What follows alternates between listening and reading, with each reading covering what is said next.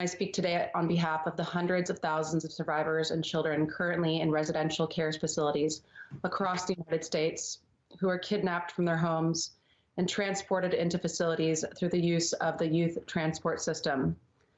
When I was 16, I was suddenly woken in the middle of the night by two transporters who stood over my bed and asked me if I wanted to go the easy way or the hard way.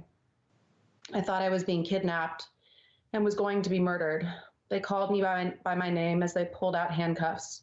They strapped them to my wrists and carried me out of my bed while I was screaming at the top of my lungs for help.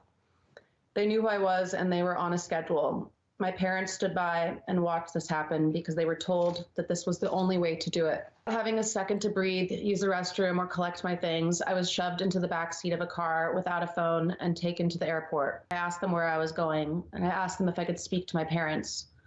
With each question, they grew more agitated and refused to tell me. It wasn't until I arrived at the facility the next morning that I knew what was happening. In any other context, we call this kidnapping. I challenge you, is this the process necessary, therapeutic, or in any sense, the way to do it? I was carted to and from 4 different programs across the country by transports. It was terrifying. When children are transported, companies claim to handcuff children only if they become violent or resistant.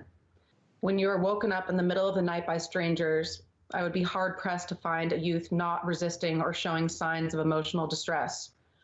The last time I stepped foot in a facility was 20 years ago, and I still suffer from severe nightmares to this day because of my transport experience. I wake up sweating, crying, and terrified that I'm going to be kidnapped from my home and locked into a facility where I can't escape. I don't wish this experience on anyone.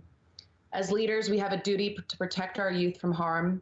Strong regulation to hold these facilities and youth transport companies accountable is the first step to ensuring that no more children are traumatized in the name of treatment. We've heard too many terrifying stories to turn a blind eye. We must act now, and I'm honored to be among leaders who I know uphold the dignity and safety of all youth.